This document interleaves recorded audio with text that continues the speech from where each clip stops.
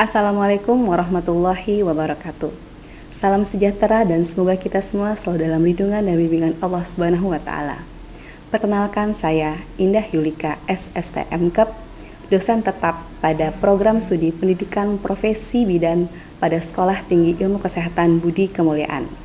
Dengan penuh tanggung jawab dan komitmen untuk pengembangan diri, video ini merupakan salah satu syarat, yaitu pernyataan diri dosen dalam unjuk kerja Tridharma Perguruan Tinggi atau PDD UKT-PT bidang pengajaran dalam proses mengikuti sertifikasi dosen gelombang 1 yang diselenggarakan oleh Kementerian Pendidikan Tinggi, Sains dan Teknologi Republik Indonesia tahun 2025. Pada kesempatan ini, saya akan menyampaikan gambaran umum mengenai salah satu mata kuliah yang saya ampu, yaitu Stase Continuity of Care atau COC, mulai dari metode pengajaran, isi materi, capaian pembelajaran, hingga sistem penilaian yang akan digunakan selama 1 semester ke depan. Saya mengajar mata kuliah Continuity of Care ini di semester genap tahun ajaran 2024-2025 dengan bobot 3 SKS. Mata kuliah ini merupakan mata kuliah wajib. Waktu pembelajaran adalah selama 16 minggu belajar di praktek klinik, termasuk evaluasi studi kasus pasien yang akan diambil dengan cara presentasi. Materi pada video pembelajaran kali ini adalah dengan topik persiapan memasuki stase UCOC dengan melakukan review konsep dari Continuity of Care dan asuhan kebidanan dengan penyampaian materi mencakup delivery, interaction, dan assessment. Pada stase ini, mahasiswa mempraktekkan tentang asuhan kebidanan pada kasus fisiologis dan patologis yang terdapat pada kehamilan, persalinan, bayi baru lahir, nifas, sampai keluarga berencana secara berkesinambungan. Bidan profesi harus mampu melakukan asuhan kasus fisiologis dan juga mampu mendeteksi stabilisasi serta melakukan rujukan pada kasus yang patologis. Pelaksanaan pembelajaran stase ini dilakukan di klinik. Dapat dilakukan dengan pendekatan model preceptorship mentorship dengan metode pembelajaran bedside teaching, experiential learning, coaching, dan juga studi kasus. Mata kuliah Continuity of Care ini adalah berpusat pada mahasiswa atau student centered learning dengan menggunakan metode Massive Online Course atau MOOCS. Dengan menggunakan modul, mahasiswa belajar secara aktif, memiliki pemahaman yang mendalam, memiliki tanggung jawab dan akuntabilitas, kemandirian, belajar dengan tim, menghormati antar mahasiswa, serta dosen, dan bidan di lahan, serta reflective learning. Capaian pembelajaran pada mata kuliah ini adalah 1. Mahasiswa mampu melakukan asuhan kebidanan pada kehamilan, persalinan, nifas, dan bayi baru lahir secara holistik, komprehensif dan berkesinambungan yang didukung dengan kemampuan berpikir kritis, rasionalisasi klinis, dan reflektif. 2.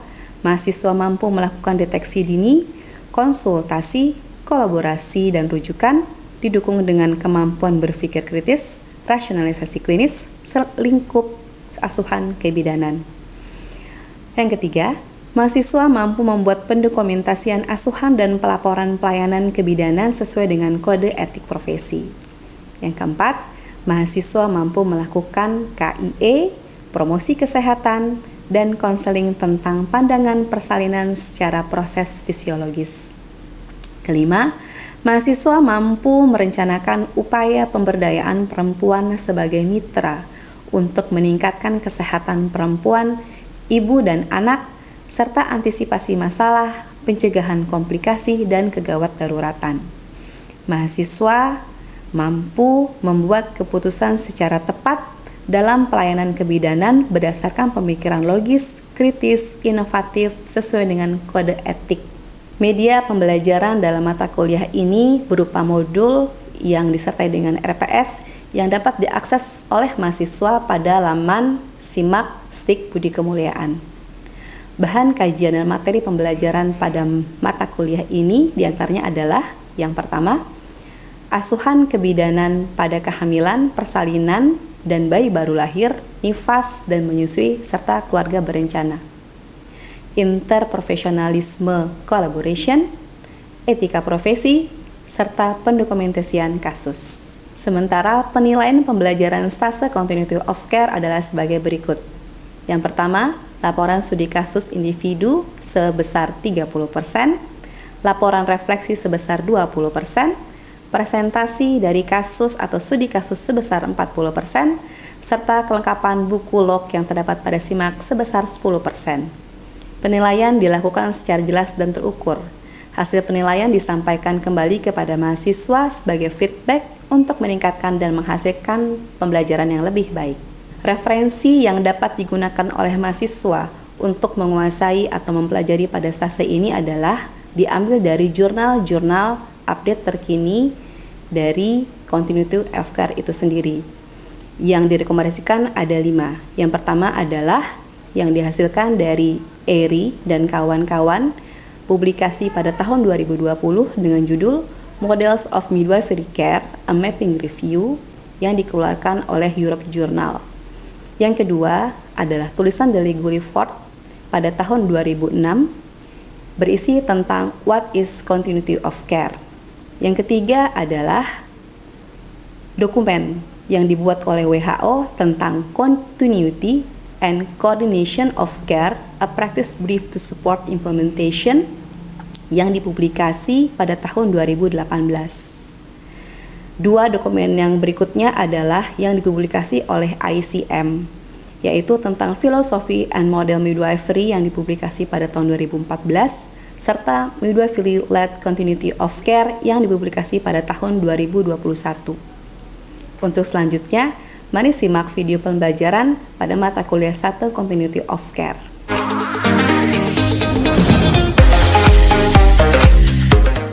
Assalamualaikum warahmatullahi wabarakatuh. Waalaikumsalam warahmatullahi wabarakatuh. Apa kabar semuanya? Alhamdulillah, luar biasa. Allahu Akbar. Istiqomah. Insya Allah istiqomah selalu dalam semangat belajarnya ya. Baik, Alhamdulillah, apakah hari ini semuanya kita masuk? Full? Teman-teman? Nggak ada yang nggak masuk? Sehat semua? Sudah sarapan semua? Sudah siap untuk masuk dalam materi? Oke, siap. Untuk pertemuan total ada 8 stase pada semester 2 ini. Nah, stase Continuity of Care adalah stase ke-11. Jadi ini merupakan pertemuan perdana kita.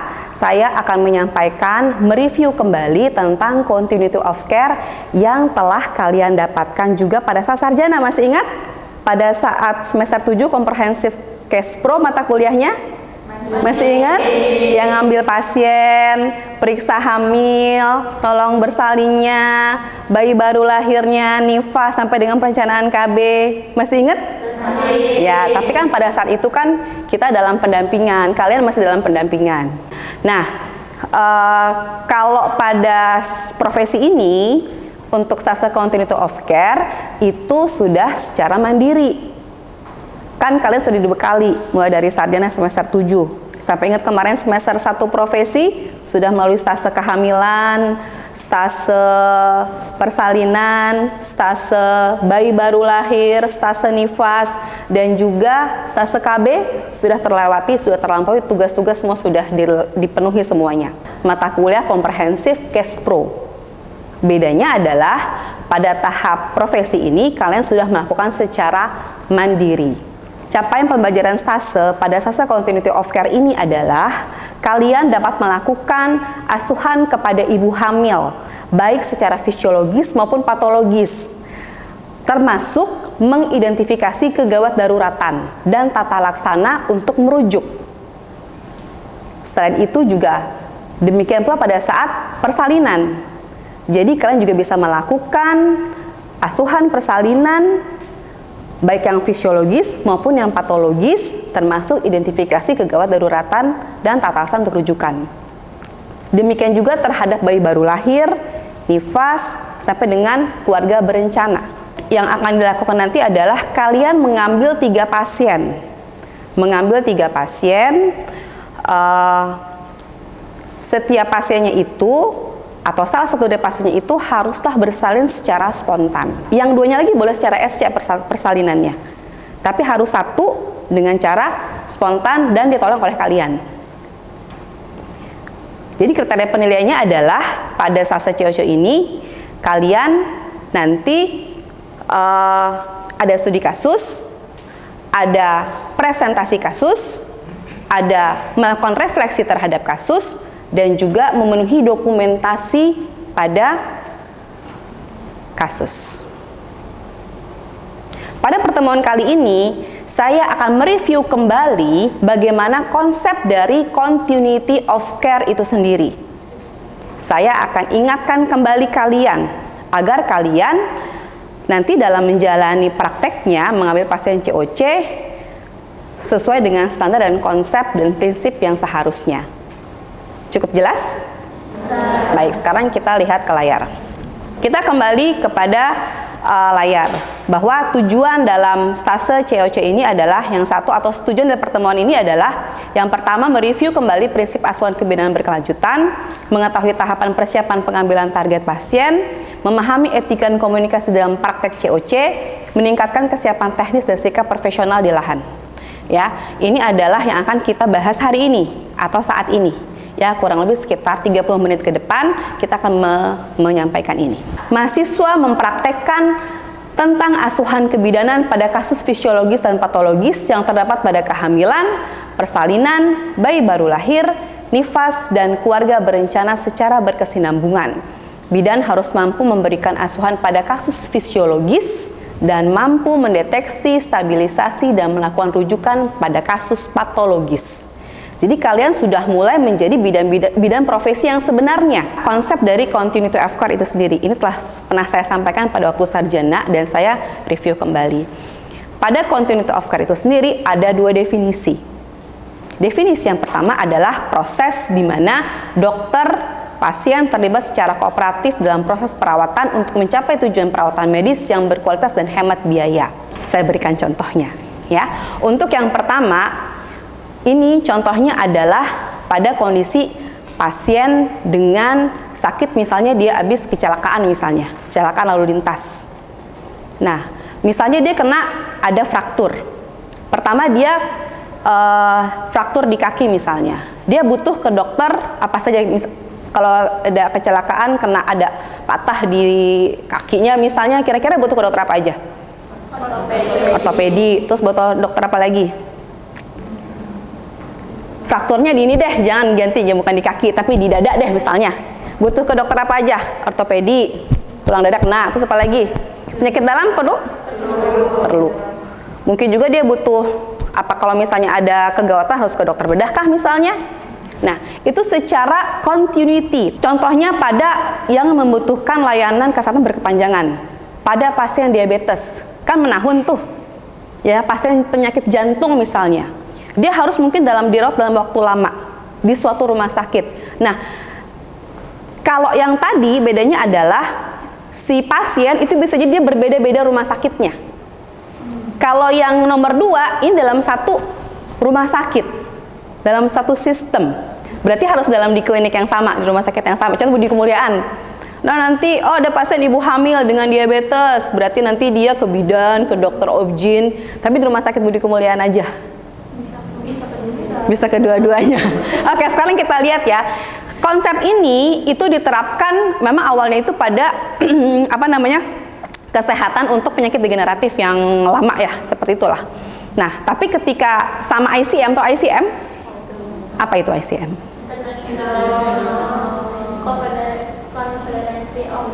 Oke, IB-nya dunia kan ya. Personal antara pasien dengan dokternya, pasien dengan bidannya gitu. Seperti itu. Lalu kesinambungan longitudinal, riwayat interaksi dengan petugas kesehatan yang sama dalam serangkaian episode yang berbeda. Ya, misalnya dia memang sudah dirawat karena suatu penyakit.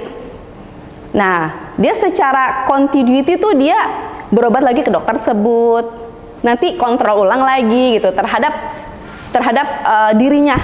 Tapi dia juga bisa lintas rumah sakit, ya, lintas divisi, misalnya dari divisi apa, penyakit dalam lintas ke yang sub lagi, gitu ya, subspesialis lagi, seperti itu.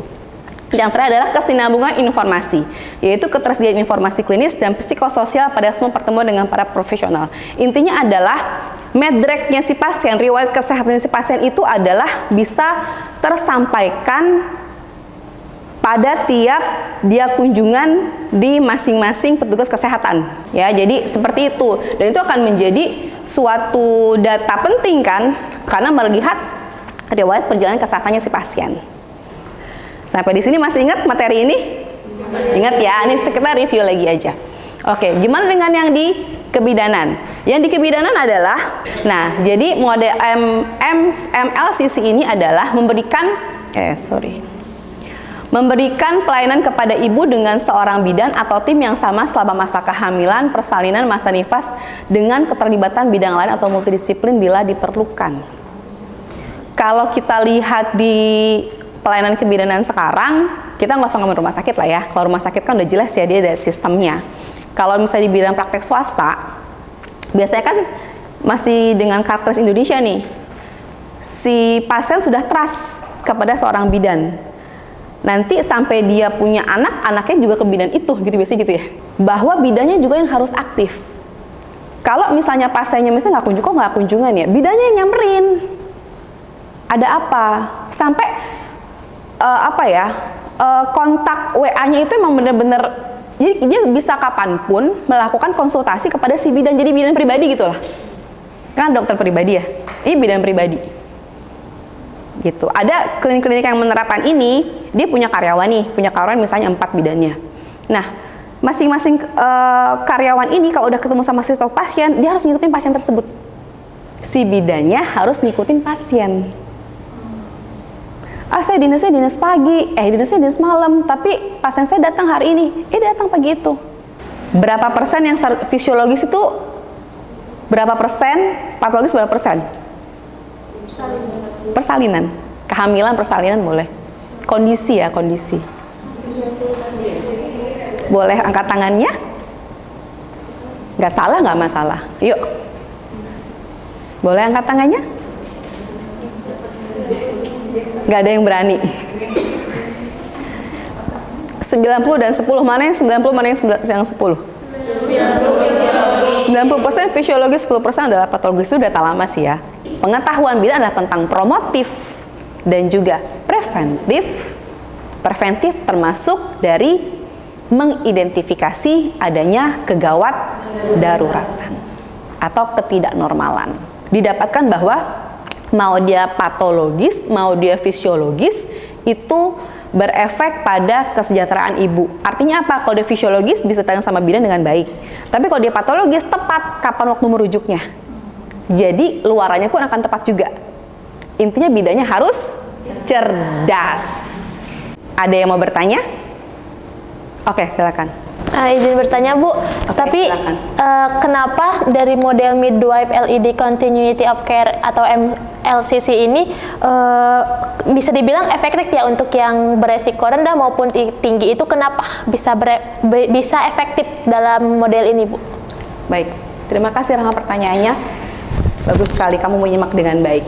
Jadi, kenapa disebut dengan kalimat efektif? Ya, efektif. Terbukti efektif karena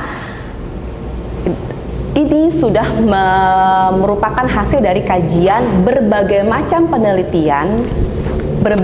penelitian yang dikaji secara sistematik atau istilahnya systematic review yang dikeluarkan oleh Cochrane dan mendapatkan data bahwa pada ibu yang fisiologis itu untuk kesejahteraan ibunya baik, kesejahteraan bayinya baik. Hanya sedikit angka untuk ketidaknormalannya.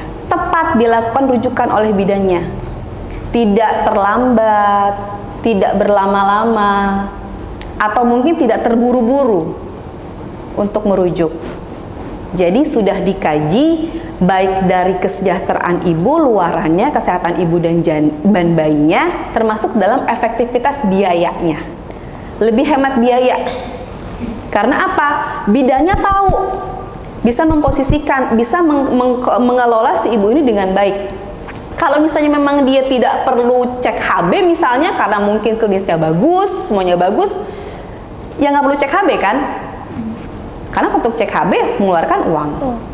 Kondisinya apa, case-nya apa, tapi pemeriksaannya lebih dari itu misalnya. Bisa dimengerti, Rahmat? Bisa Ibu, terima kasih Ibu. Oke, terima kasih kembali.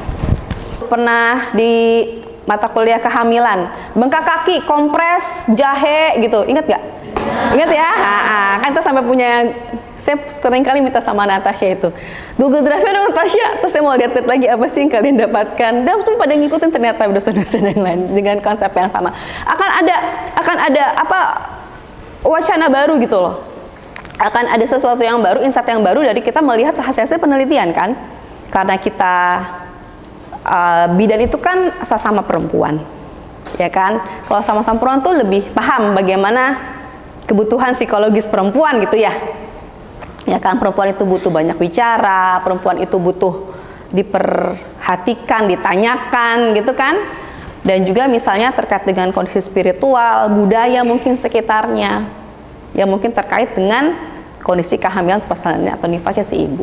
Nah, sekarang saya akan masuk ke dalam bagaimana persiapan kita dalam mengambil pasien. Oke?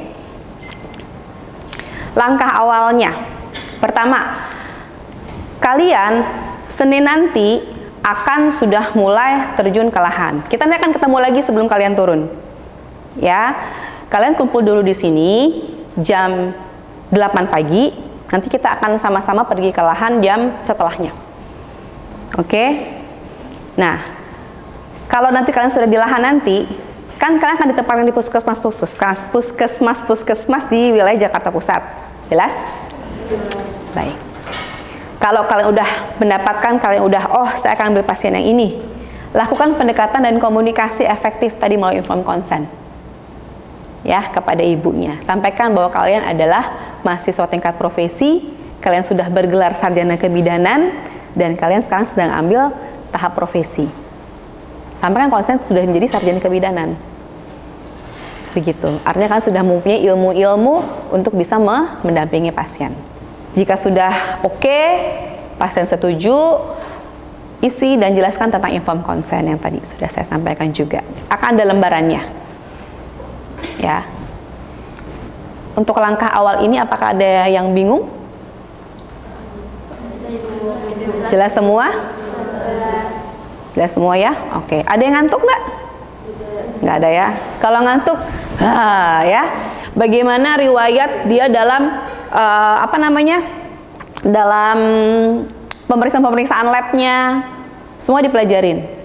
Ya, setelah itu pendampingan ANC. Ya, kalian setiap ibunya ANC minimal 3 kali sama kalian. Bu, kalau udah 3 kali udah nunggu, jangan. Kalau emang masih ada lanjutan ANC lagi, terus ikutin. Kan minimal 3 kali. Kalau kenal maka sayang ya.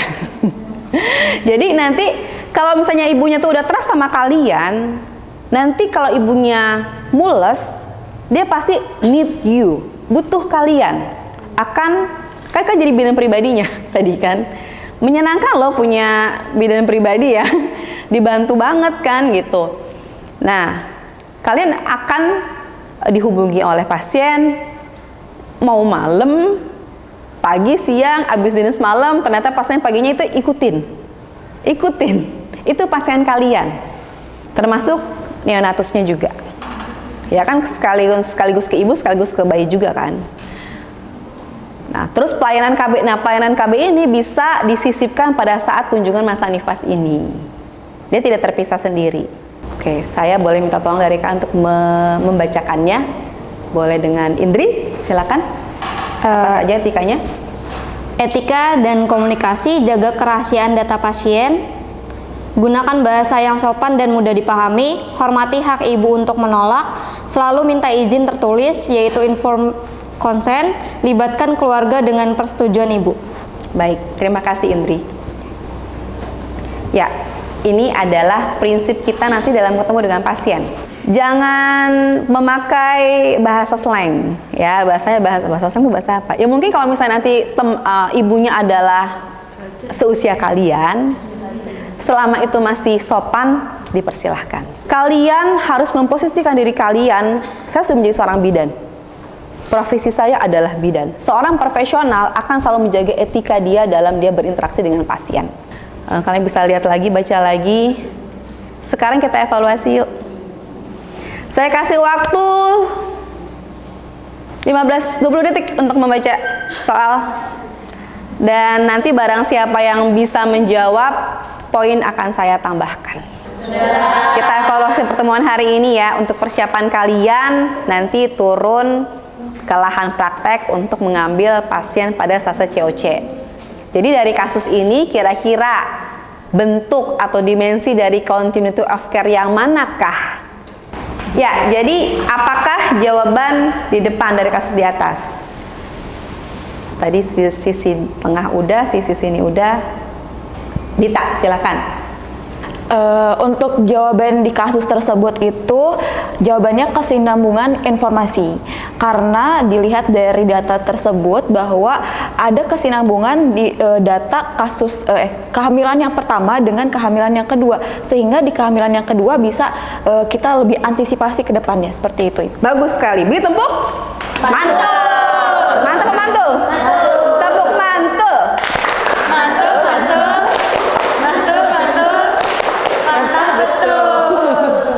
Baik, alhamdulillah pertemuan kita untuk mengenalkan, mereview kembali apa itu continuity of care dan juga persiapan untuk bagaimana nanti kita mengambil pasien pada stase COC Senin nanti sudah kita selesaikan.